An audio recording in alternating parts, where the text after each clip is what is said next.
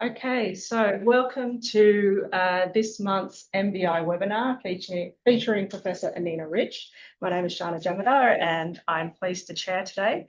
I am acknowledging that we're meeting on the lands of the people of the Kulin Nations, and I acknowledge their elders past, present and emerging.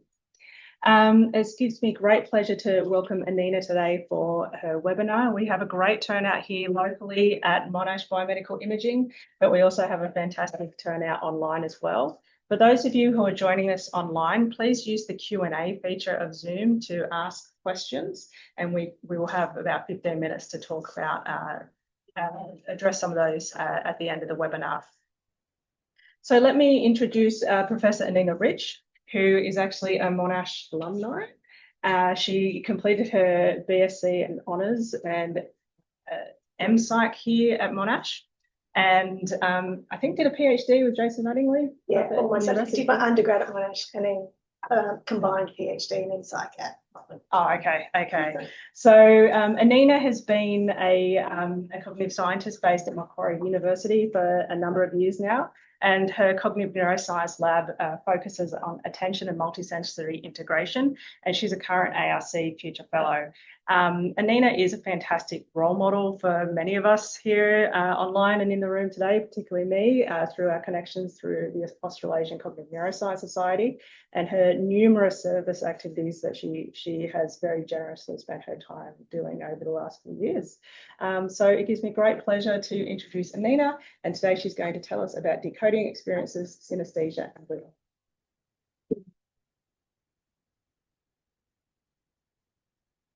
Thank you very much. Thank you for the invitation. It's nice to see people in person, and I will try and remember that there are people around as well. So, I would like to start by acknowledging that all of this work was conducted on the unceded land of the Wallumattagal clan of the Darug Nation. So Macquarie University sits on country that's been used for teaching and learning for thousands of years, much longer than the modern university. So I also acknowledge that we meet here on Aboriginal land and pay my respects to elders past and present, and extend respect to all First Nations people who might be listening. I invite you, given that my other research area is on attention, to turn off your phone notifications. And if you've got your laptop open, especially if you're on the webinar, close everything else, because the temptation to check your email will seem like you're paying attention, but unfortunately my research and a whole lot of other people shows that you just can't. But that's not what I'm going to talk about today. What I thought I'd talk about today was some of the recent work that we've done, where we're really trying to use neural measures, specifically multivariate pattern analyses, to understand experience, that inherently subjective thing that are happening inside our heads. It's really hard to get a handle on it. So we can ask people about their experiences, but what we've been trying to do is to have some objective measures where we can try to understand almost the relationships between different types of experiences. And today I'm going to talk about the PhD work of two very talented researchers. Dr. Lena Teichmann, who is now a research fellow in Switzerland, did her PhD with me, and looking at understanding different types of colour representation. So we'll start the talk talking about direct or real colour, and I put quotation marks around that deliberately, because of course colour doesn't exist out there in the world, it's only internal. And then we'll look at applying that to how we can understand something about synesthetic colours. I'll tell you a bit about that in a minute. And then we'll talk about a different application of the same methods to try and understand different types of representations of touch. So being directly touched, but also the experience of touch that some people get when they see someone being touched. And this was the PhD work of Dr. Sophie Smith, who is now a postdoc at the University of Sydney. I also want to acknowledge that both Lena and Sophie created the beautiful slides. When you see a beautiful one, that's what it is. So I very much appreciate them sharing that. All right, so let's start with synesthesia. A very broad definition of synesthesia is a phenomenon in which an ordinary stimulus or event results in an extraordinary experience. So, for example, a sound might evoke a colour, or a smell might evoke a colour. Most commonly, letters and numbers have a vivid and highly consistent experience of colour. tends to be consistent over time, although there is a group of people who report these experiences, but it's not consistent, and we tend not to study them because it's super hard to get a handle on how you might measure it objectively. But for most people, it's highly consistent over time. Prevalence is somewhere between 1% and 4%. It depends very much on how you define it, which types of synesthesia you involve, and how you ask your participants. And that leads to some confusion, or we don't really know about the gender bias. Initially, it looked like there were 6 females to every 1 male with synesthesia, but women are more likely to contact a research group. And because synesthesia is not a disorder, a lot of people don't know they have it, and our samples tend to be self-selected, right? Because we're asking people, oh, do you think you've got this? Get in touch with a research group. So, you know, the jury's still out on the gender bias. But there is a higher prevalence amongst biological relatives, suggesting that there's a genetic link somewhere. Now, there are many different types of synesthesia. I'll just feature a few of those that we've worked on in the lab. Most commonly is this grapheme colour synesthesia, where letters evoke numbers, words evoke vivid experiences of colour, or auditory visual synesthesia. And so it tends to be a sound giving not just a colour, but also almost a geometric object that typically has a location in space. And it's not that people think, oh, that sound kind of makes me think of, for example, a blue ball. It's part of the experience. There's also forms where people have experiences of numbers and dates arranged around them in space. Colour is by far the most commonly evoked experience, and that can also come from like internal sensations. Also, it's slightly less common to have things like visual experiences from smells and tastes. And then there's some forms of synesthesia with non-colour experiences, where the smell itself is synesthetic, or the taste itself, and it comes from something else. In the lab, we've been studying mirror touch synesthesia, where seeing someone else being touched gives an experience of touch. And most recently, we've started studying visual motion to sound synesthesia, where a video like this actually evokes an auditory experience. So I told you that synesthesia is not a disorder. You're not going to have someone come into emergency saying, I've got synesthesia, my chest is turning green and sounds like the number 6. So what I really want to present to you here is a different way of using this phenomenon. So synesthesia is fascinating in and of itself, right? Just understanding why and how a small proportion of the population have a different experience can be really informative. But my major interest in it is the potential that it has to tell us extra information that we can't get otherwise about how we all perceive the world. And today I want to present to you synesthesia as a case study for testing whether or not we can use neural measures, specifically these decoding measures, to understand more about experiences. And also to use these neural methods to test theories about how experiences might arise. So let's start with colour, with this question of whether or not we can use neural measures to understand more about this highly subjective thing we might call an experience. Just direct colour perception, the colours that you're seeing around you, are just a reflection of relative wavelengths of light. And yet we get this vivid experience of colour. I have to apologise if you're red-green colourblind, because all of our stimuli were red-green, so there's a lot of red-green, which I normally try and avoid in a presentation. But hopefully I've got enough luminance difference in there to help. Okay, so for direct colour perception, we've got this experience of colour. We can also talk about implied colour, where your knowledge of the typical colours of objects gives you some sense of colour. So for example, showing you this picture of a strawberry, part of that concept of a strawberry, as soon as you recognise it as a strawberry, it has colour information. And as I've told you, we can talk about synesthetic colour as an unusual type of colour experience. To study colour representations in the brain, we need really carefully controlled stimuli, particularly when we're doing decoding, because otherwise your machine learning algorithms are going to learn things that are not the things you are trying to decode. Here we're using MEG, magnetoencephalography, which records the teeny tiny magnetic signals given off by populations of neurons firing together, right? Every electrical current has a magnetic output, and that's what we're measuring with MEG. It has very high temporal resolution. And we need some sort of pattern analysis here, multivariate pattern analyses, because univariate analyses just can't help us get at what's happening when you're seeing different colours. So if we think about the classic sort of univariate analysis for EEG or MEG or fMRI, you're looking at overall amplitude changes. But it's highly unlikely that at the scalp we're going to be able to detect a difference between me seeing red or seeing green. So what we need is something that is a lot more sensitive to what's happening in terms of the information that's held in the neural signal. So to do this, the multivariate pattern analysis methods that we're using involve showing a participant a whole lot of red items and a whole lot of green items, and then taking the neural data, the pattern across all of our 160 sensors, to train computer algorithms.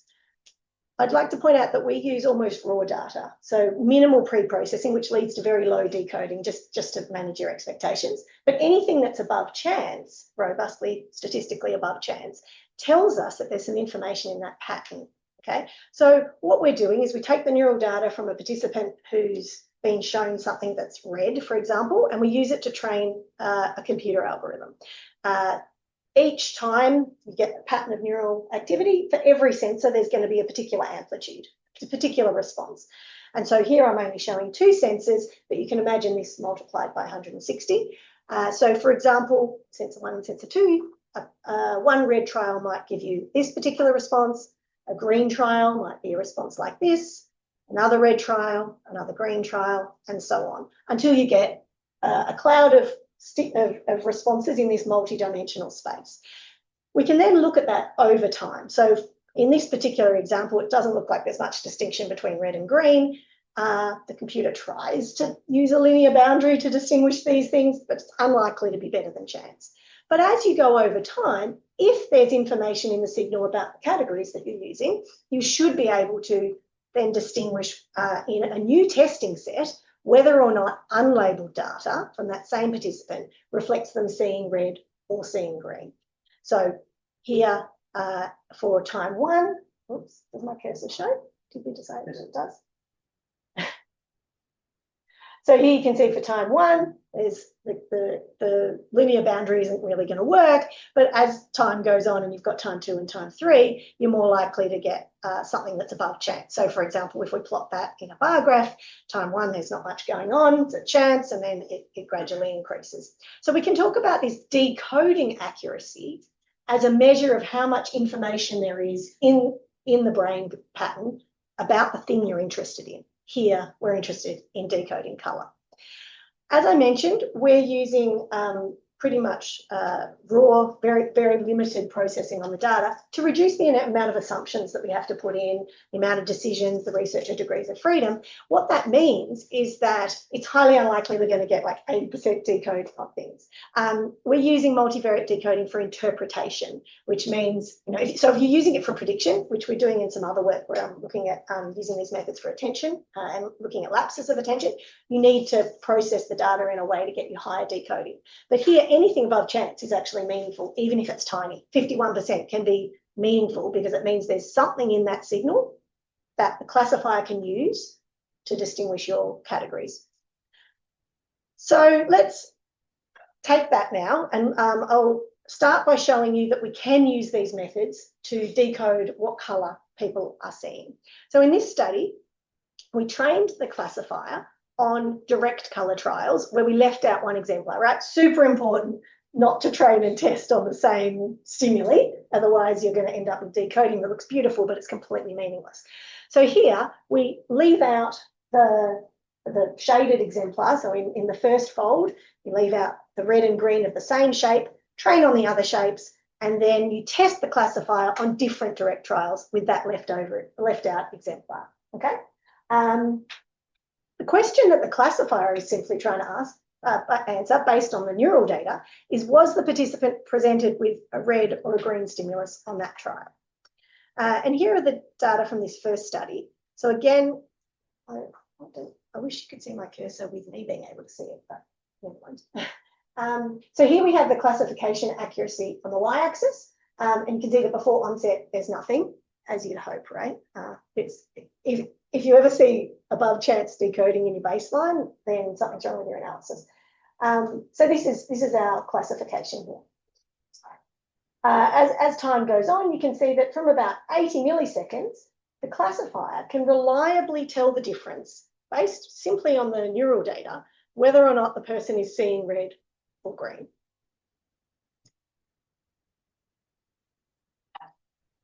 Okay, so if we can train a classifier to tell whether somebody is seeing red or green, we can now start to use this to find out what synesthetic colours are doing. What does it look like in the brain? And is it anything like when we're seeing stimuli that all of us would agree are coloured?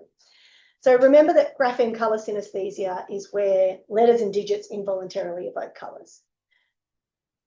We're going to now use those methods to ask, are synesthetic colour representations anything like what we have when we all experience colour? And secondly, can the neural time course of any overlap between these experiences distinguish between theories? So when I first joined Macquarie Uni, Max Coltart was heading up the Macquarie Centre for Cognitive Science, and he was publishing very well-cited papers challenging the idea that functional imaging was ever going to allow us to test cognitive theories. And so he and I and a number of other people, including Mark Williams, used to have nice discussion groups where we would bring papers and we'd say, I think, Max, I think this one does it. And he'd go, read it, we discuss it, and then debate whether or not we really thought that it was testing cognitive theory. And when we started developing these methods and using these methods, I thought, I think we're finally getting there. So really, I want to see and illustrate that I think these neural decoding methods can distinguish between theories if your theories have a temporal situation, so a temporal prediction. Because I'm using MEG, I want to be using the benefit of high temporal resolution. If you want to know where something is, you need to use fMRI. So in synesthesia, one of the major theories is that synesthetes have additional hardwired connections that the rest of us don't have. Broadly, this could be called cross-activation theory. And one of the predictions from cross-activation theory is that when a synesthete is perceiving a letter, the shape of that is intrinsically linked to a colour. So there's a simultaneous co-activation, and that's why synesthetes get their experiences. Now, we've proposed an alternative hypothesis that says, well, synesthetic colour, there's a whole lot of behavioural evidence that suggests that synesthetic colour seems to be linked more to the concept of a letter rather than, say, the fine-grained shape. And so in our conceptual mediation theory, we proposed that synesthetic colour is included within the conceptual representation of a letter, perhaps like what happens for all of us when we see that achromatic strawberry, right? You've got this link to colour as part of a concept. So we'll return to these theories in a minute in terms of their specific predictions, but you can see that they have different temporal predictions. So first, in this study, we now turn to synesthetes, and we presented them with real, in quotation marks, colour to promote direct colour perception.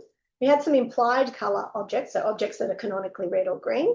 And then we have achromatic letters and numbers that for each particular synesthete evoke red or green synesthetic colours. Now, these needed to vary between synesthetes because different synesthetes have different pairings. But what we can do is we can then have a set of stimuli that all evoke some sort of colour representation of red and some of green, but they're different types of colour representations. And what we're interested in is whether or not there's any similarity in the neural pattern across these categories. I'm not going to talk about the implied colour stuff today. Here's what we were presenting our synesthetes with. So in different blocks, they had either the achromatic letters and digits interwoven with direct colour blocks and also those implied colour stimuli. Participants were doing just a basic task where they were looking for a different target, and those trials were all excluded. So the data I'm going to show you is all from non-target trials. So first we need to replicate that we can do this direct colour decoding. So if we just look at the real colour trials, here are the data from our synesthetes. And you can see again that we've got a nice peak of decoding where just based on the neural data, the classifier can say whether or not the participant was seeing a red stimulus or a green stimulus with about 58% accuracy at the peak. So now the obvious thing is to use that same classifier, so it's been trained on the direct colour trials, but now test it on those synesthetically inducing stimuli. So if a similar neural pattern is instantiated when a person sees direct colour and a synesthetic colour, then typical decoding should pick that up. So we can say, was the participant seeing red or green? And going back to our theories, the cross-activation theory just should be picked up by our straight decoding, right? You see a colour, it activates a process that we can pick up in the neural activity. And if a synesthetic colour is just the same and co-activated, we should see that at the same time. But our conceptual mediation theory suggests that there's some processing to happen for the letter first. And so to detect that, we have to say, well, have an extension of the method. What happens if those representations are actually coming at different times? So to do that, we need to use something called time generalization. In the first instance, these, training the neural data on time 1 in our direct colour and testing on our synesthetic colour should pick up any activation that's predicted by the cross-activation theory. But for the conceptual mediation theory, it might be that it's something like this, where there's actually nothing at that exact time point. And so instead, we can do time generalization, where we use each time point in the training data, and then we test every single time point in the testing set, okay, the synesthetic colour set. And so we can do that all the way through. And what that gives us is a temporal generalization way of representing the data. So now I'm just showing you the same data. This is the direct colour decoding, but now in this format that allows us to do time generalization. So you can see that on the, really want my pointer, on the y-axis, here we have the times when you're training on coloured shapes where you get robust decoding, and that maps onto the same time in the testing data set, which makes sense because they're seeing just different coloured shapes, right? So now returning to our cross-activation theory, we can make predictions about what the data should look like. If synesthetic colour activation occurs at the same time as direct colour perception, it should be on the diagonal, like we just saw, right, for the direct colour perception.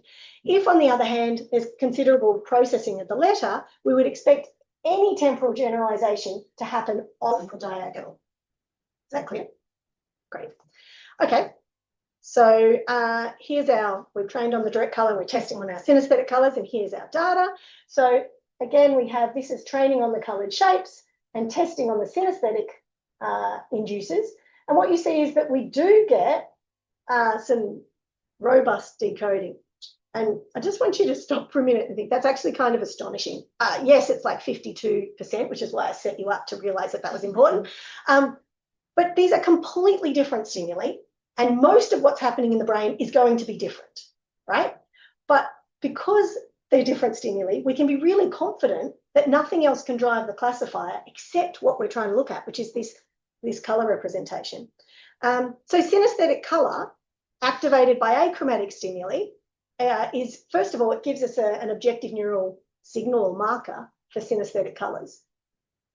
The other thing is that the time course is important, because the pattern for colour perception at about 200 milliseconds after the onset of a coloured shape predicts a synesthetic colour at a later time point, about 300 to 400 milliseconds.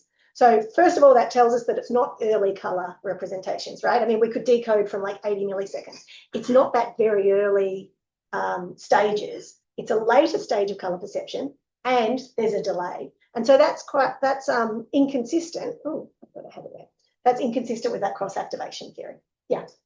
Did you look at which of your senses drive the decoding, and how do you handle eye movements?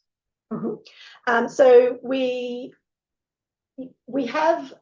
tend to avoid doing the like source reconstruction because we haven't got MRIs for the participants.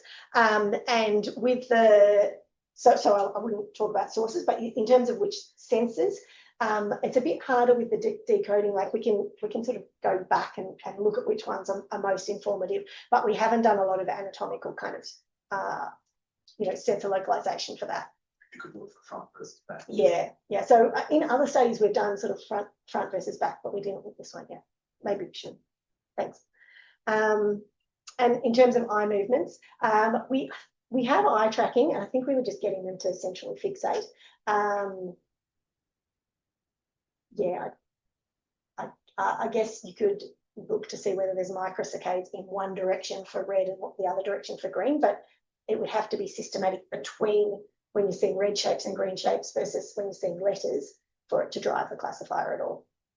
So in other decoding studies, we have like analysed the eye movements to see how much of the decoding can be driven just by eye movements.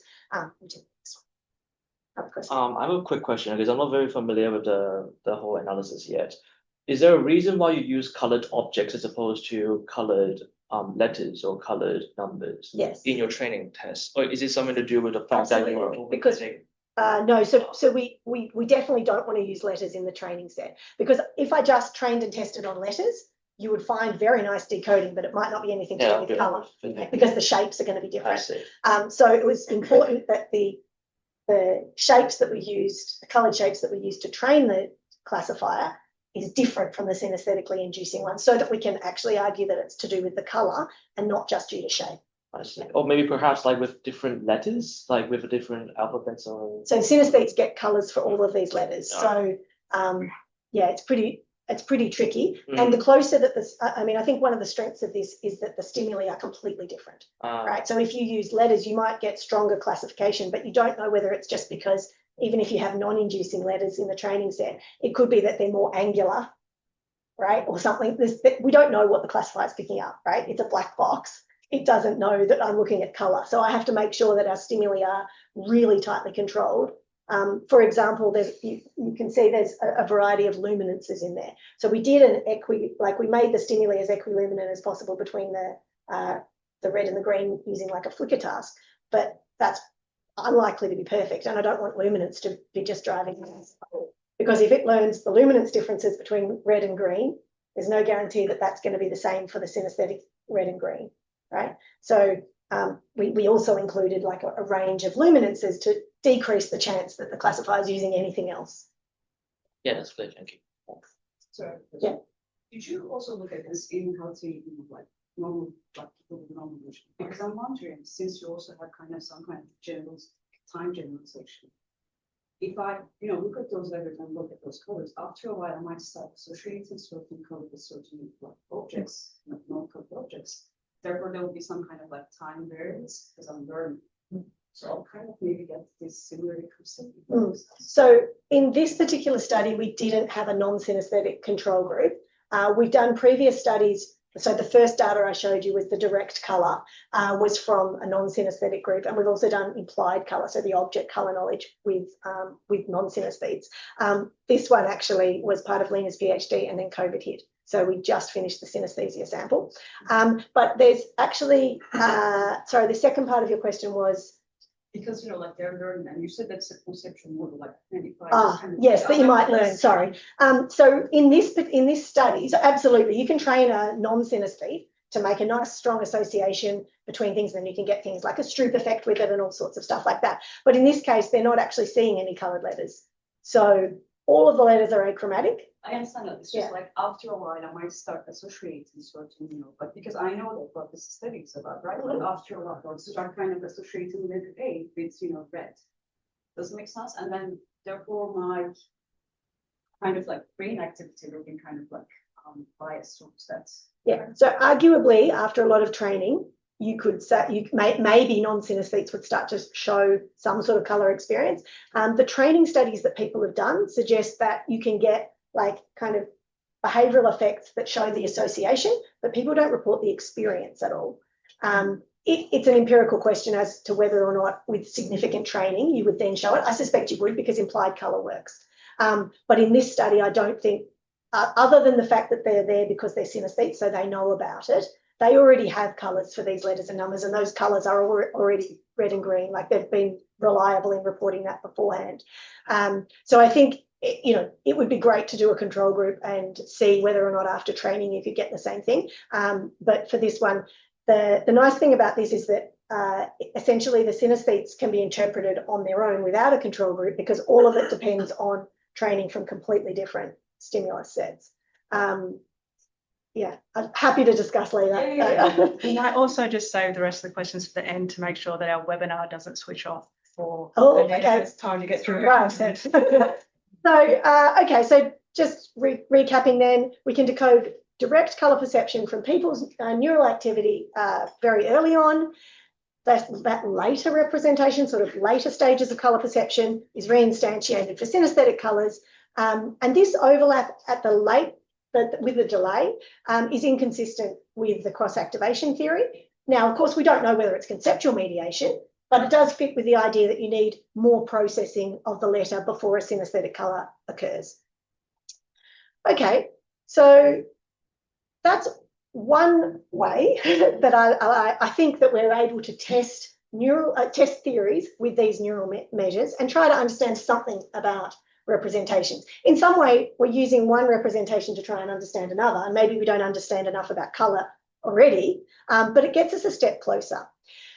Now I'd like to turn to Sophie's work, where we're looking at tactile stimuli and the response in the brain when you're touched or when you see someone being touched. So when you see this video, some of you might feel like you can actually feel that brush stroking your hand. And this is known as vicarious touch. Seeing touch results in a physical sensation of touch. Now, one of the major theories of why this might happen is that when we are trying to understand, the way that we understand others and the experiences of others is by simulating that in our own body. And the threshold theory says, well, if that simulation reaches a certain threshold, you get a conscious experience. In the literature, suggests that the conscious vicarious sensations are pretty rare, and it's called mirror touch synesthesia. Maybe about 2% of the population, maybe 1%. Again, it depends a lot on how you ask. Okay, so now we have a theory that suggests that what we do when we see someone being touched in order to understand that experience is simulate it in our own bodies. And so again, that gives us a case study where we can see whether or not neurodecoding can tell us something more about these experiences and to test that theory. Now, COVID had an impact here as well. Sophie was developing her nice neural study, and then COVID meant that we were all in lockdown for a long time. So she very productively spent her time recording these very highly controlled, gorgeous videos of different types of touch. And you'll see that some of those touches might be quite nice and some of them are going to be quite unpleasant, like a needle or scissors. And we then presented online subjects with 90 of these videos and got them to rate them in a whole lot of ways: how pleasant, how painful, how arousing. And all of these validation data can be found along with the videos on this open source validated touch video database, if you're interested. We then presented a subset of these videos, the top 10 in each category, to another set of undergraduates online. And we asked them, while you're watching this video, did you experience a tactile sensation on your body? If they said yes, then they got asked a whole lot of other questions. And to our surprise, this was endorsed by 83% for at least one of these videos. Now, people up the end here might well have mirror touch synesthesia. But what this suggests is that this sort of vicarious touch might be far more common than previously thought. Maybe you don't call it synesthesia because it might not happen in daily life, but in this situation where we're paying a lot of attention to a tactile stimulus, people are more likely to endorse this. Some of those are going to be false positives, but some of those are going to be, they're going to be thinking that's what we're looking at, and so they want to do it right. But it's a lot of people to endorse it for it all to be false positives. So now we have something that we can study a bit more than the few mirror touch synesthetes that we've had in the lab. Again, we're going to first look at whether or not we can decode direct touch. So here it's a buzz to the thumb or the pinky, and compare that with what happens in the brain when you're observing someone else being touched to that same body part. Importantly, so we're going to, that's what I just said, so we'll leave that. Importantly, we need to first verify that you can indeed tell the difference between touch to the thumb and the pinky, because we're using EEG now. The tactors, despite being MR friendly, actually caused way too many artifacts in MEG. So we turned to EEG, and it's a much noisier data set. It's also kind of a bit of a long shot to think that at the scalp with EEG, you might be able to tell the difference between touch to your thumb and touch to your pinky, given how the motor cortex and the somatosensory cortex are organised, right? So those two fingers are going to be pretty close in your somatosensory representations. Nonetheless, simulation theory that we want to test suggests that seeing touch is going to activate similar neural patterns as feeling touch, so it's worth seeing if we can use our classifiers to first decode direct touch and then test this theory. So we're going to test the theory, we could train on direct touch and test on seeing touch. That's where we're going with this, okay? Also crucial is to make sure that our classifier is not just decoding which side of space something is on, which would be a stonking signal and not at all surprising. So we have a whole lot of controls to make sure that the videos where you're being touched to the pinky, for example, is not always on the left, sometimes on the right, by having the participant's hand flip and the videos flip. Okay, so this controls for, we're going to control for visual, spatial and temporal aspects. Once again, we're training the classifier to distinguish neural patterns of what we're interested in. In this case, the classifier is going to be fed data that says, here's the EEG pattern when you're being touched on your thumb, here's another thumb, here's a pinky, over and over again, and then we give it new data, say, okay, was this a touch to the thumb or the pinky? So let's first check that we can actually decode this. Obviously we can, otherwise I wouldn't have put it in the talk. Here again, we've got the same type of plots where you've got the accuracy of our classifier on the y-axis with chance at 50%. Oh, I think I've got some nice things here because Sophie put them in. So we've got our stimulus onset and stimulus offset in terms of the buzz. And there's our chance level. And here are the data for decoding felt touch. So when you're actually getting a touch to the finger or the thumb, we can see information in the neural signal measured with EEG that distinguishes whether someone was being touched on the thumb or the pinky. And here we've moved to Bayes analyses. So the dots you see down the bottom, the ones in blue is where there's evidence for the null, so evidence that we really are at chance level, and the ones in the darker reds and oranges show that there's evidence for information in the signal, so decoding above chance. Okay, so now we can see whether or not the videos also give us, so just looking at training and testing of the videos, let's see whether there's any information. Okay, looks quite different, right? Now, the touch onset in the video actually doesn't evoke any information in the neural signal. But at the movie onset, it's subtle and it's not surprising because the video unfolds over time. So there's going to be a lot more variability than the actual touch at onset. But what this looks like is that when you see someone about to be touched, the brain is predicting that touch in some way. But when the touch actually onsets, it's not giving us much. But what we're really interested in, so this one, I sort of say sort of, because of course there's other things in the videos.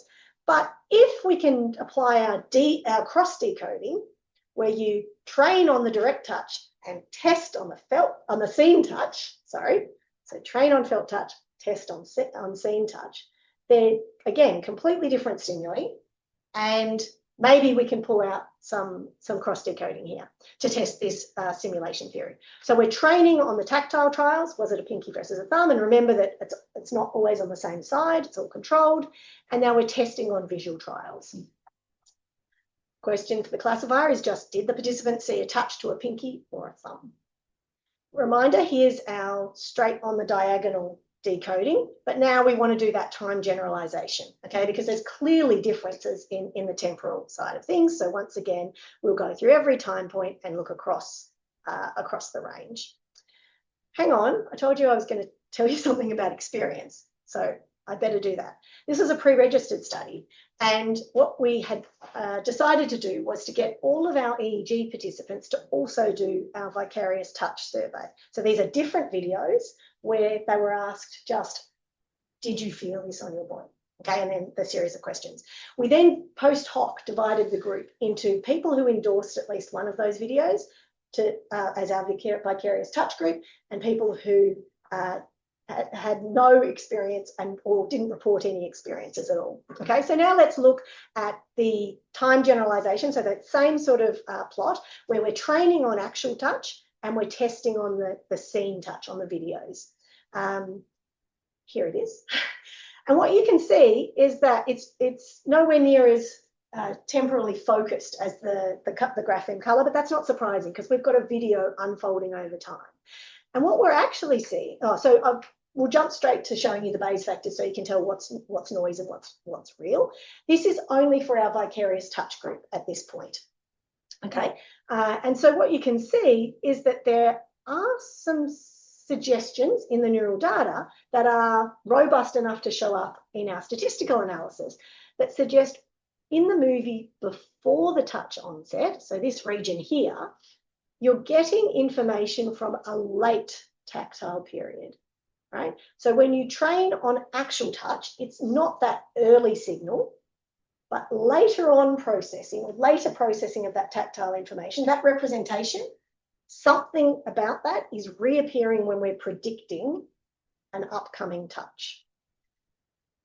How do I know that that's related to these people experiencing vicarious touch? Well, we don't see any sign of it in the no vicarious touch group, and we're using Bayesian analyses, which means that we can actually see evidence for the null.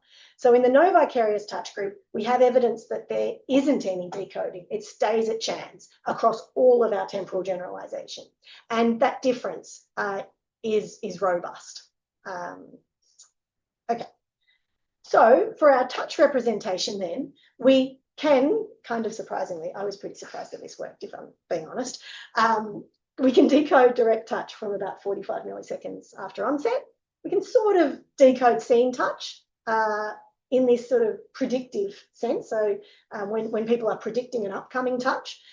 And in people who reported feeling touch when they were seeing videos of touch, separate stimuli, the neural patterns evoked when they felt touch overlap with those evoked by seeing another person being touched, but only the late tactile patterns. So these later stages of tactile processing is what seems to be reinstantiated when you're predicting a touch. And so this time course suggests that when we observe an approaching touch to another person, you've got some sort of abstracted representation of felt touch, rather than the early somatosensory representations proposed by simulation theories. So overall then,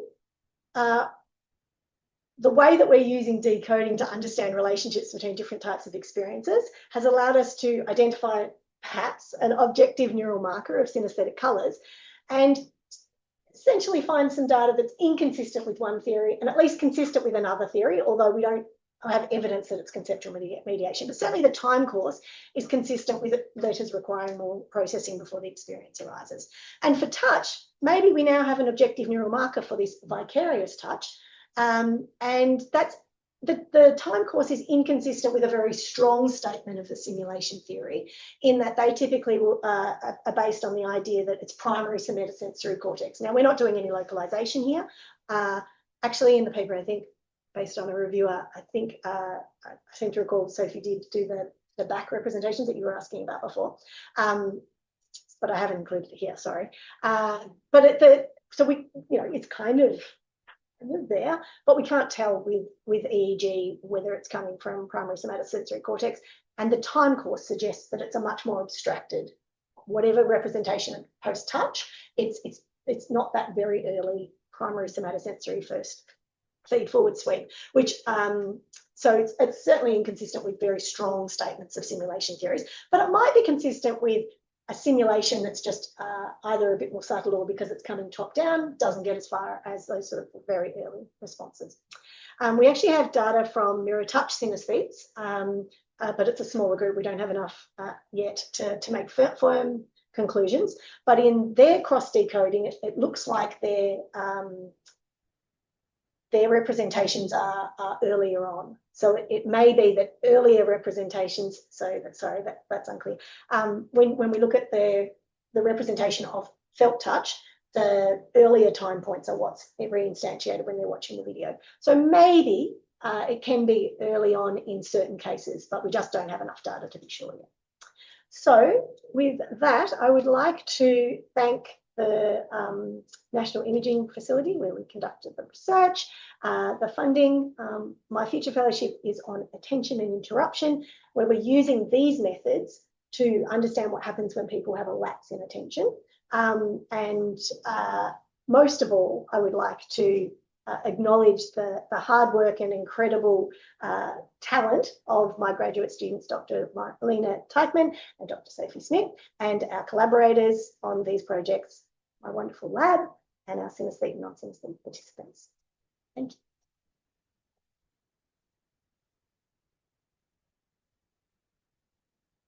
Very much, Anina. So I'd like to invite our online attendees. If you have any questions, please use the Q&A function in Zoom. At the moment, we actually do not have any online questions. So I'd like, Maureen, would you like to kick us off? Yeah, great talks, super interesting. I have a question. You kind of mentioned how the synesthetes can act as controls for themselves. Presumably, like you showed us where you can get good decoding from like their letter color matching. But presumably, if you're using letters that are not matched to green, for say, you can't get the decoding. So because you want to get for decoding, you need to get as many. Yeah, you're going to be trial limited. Yeah. Actually, Yeah. the hardest thing was actually finding enough stimuli that were evoking different shades of red and green to use it. So we don't have that. Yeah. The challenge with using other colours is that it's much harder to equate the luminance of, say, blue and yellow. So we have done another study with non-synesthetes and implied colour, where we had coloured stimuli that included 4 different colours to try and get it, but it's way harder. So I don't have that data. Yeah, unfortunately. I do have some questions online. So Daniel has said, personally, I've known a few people who start reporting that they have some new cool rare form of neurodivergence shortly after finding out about it on social media. Have you had many issues with people just convincing themselves that they have synesthesia? And are these types of subjects easy to catch, detect with EEG or functional imaging? So we try and rule them out before we actually get them to do the imaging studies, because they take so much longer. Look, of course, this is always a question about, when it's about an experience, because how do you determine somebody's experience? I can't tell that that I see the world in the same way as you, regardless of whether we have synesthesia or not. But there is a really consistent kind of story that synesthetes tend to have, and yes, they could find out about it on social media, or actually often I find I've given a lecture on synesthesia and then I get a couple of emails from people going, wow, I didn't realize that was unusual. Very occasionally you have people who, no, that's not quite true. So quite often I do get calls from people who say, oh, I think I might have synesthesia, and then what they're describing is actually more consistent with dyslexia or some form of hallucination, or like a whole host of things, but they don't tend to have the consistent story, for want of a better word. Synesthetes that we use in our studies also tend to be highly consistent, much more than non-synesthetes are when you just ask them for associations. So as I said, it's possible we're actually missing a whole cohort of synesthetes who aren't consistent, but there's no way of reliably identifying them. So I don't think consistency is like the gold standard or anything, but it's kind of what we have to use, because if it's inconsistent, I can't study it and manipulate it. So they tend to be highly consistent. And when we do behavioural tests, so for example, if you have an untrained control and you show a red letter or a blue letter and you ask them to name the colour as quickly as possible, that doesn't make a difference. When you do that with a synesthete, the congruency makes a difference. So typically we find that people will show these sort of synesthetic congruency effects. But yeah, I mean, it's much like any of the other subjective phenomena.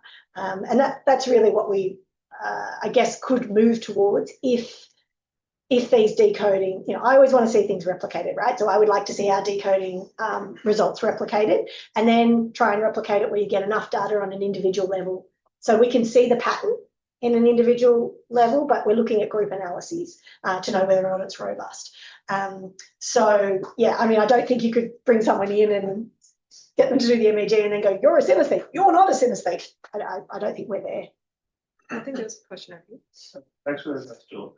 I just want to ask, what the touch stimuli, like the direct touch and the video are quite different. So, like, why were they different? And so that would be the results. Why didn't you make that? So we matched the stimuli as closely as we could, in the sense that the touch was a tactor right on the tip.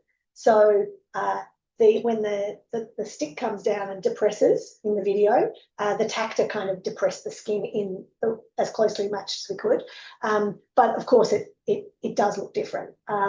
In some ways, though, that actually strengthens the interpretation because the stimuli are different enough that my concern always with decoding is could the classifier be using something else that we haven't thought of, and then we're interpreting it as vicarious touch. And so if the stimuli are different, then finding any robust cross decoding becomes more interpretable, I think. But we did actually try and make them as closely matched as we could. So when they were, do you say that when they were doing the direct touch, they were viewing a video which was so they were alternating blocks. They were never okay. they were never feeling the touch at the same time as seeing the touch, but they were either getting visuals trials or getting tactile trials interleaved. And did you put their hand in the direct touch as well? Yeah. And I had one more question about the decoding. Yeah. So I didn't quite understand. So when you like on one training instance of the decoder, the input is just one. It's just one time point of all the sensors. Right. It's very distracting seeing my own face. For one training run for the classifier, the input is just one time point for all the sensors, or is it like all the time up to that time? So with the time generalization, you mean? It's each time point individually. So you train it. There's basically a separate classifier for every. Yeah. So the classifier is always trained on individual time points, Yeah. never on a time point. And it's tested on all of the main ones. Yeah. There's a question online. Do your EEG or MEG data show frequency-specific synchronization that could indicate resonance between sensory areas? I don't know. Is the short answer to that. I think there's a whole host of really interesting questions. One of the challenges is that we have 18 usable data sets with this. We haven't, ideally I would like 30, right? At least. But there's, I guess, a whole lot of potential, and I would be super happy to talk to anyone who wanted to do some additional analyses on these data. Lena and I have talked about looking for various additional things, but it hasn't. But we haven't done it. So if you're interested, get in touch. I'll ask you because you haven't asked a question yet. Yeah, I have a question relating to the first part of your results of the temporal generalization, where you see the temporal correlations between the training and testing is almost like a horizontal line, in which the multivariate patterns precisely around 200 milliseconds in training predicts across a range of time for the testing set. I wonder, first of all, is that just because the classifier decodes the best at 200 millisecond point, or if it's not that, does that mean that only some part of the experience of seeing red versus green getting translated into synesthetic experience? I think it's the latter. So it seems to be that whatever the classifier is picking up on at around 200 milliseconds after we see a shape that we would all agree is coloured, that's the information that we can see in the neural signal when somebody is experiencing a synesthetic colour. Yeah.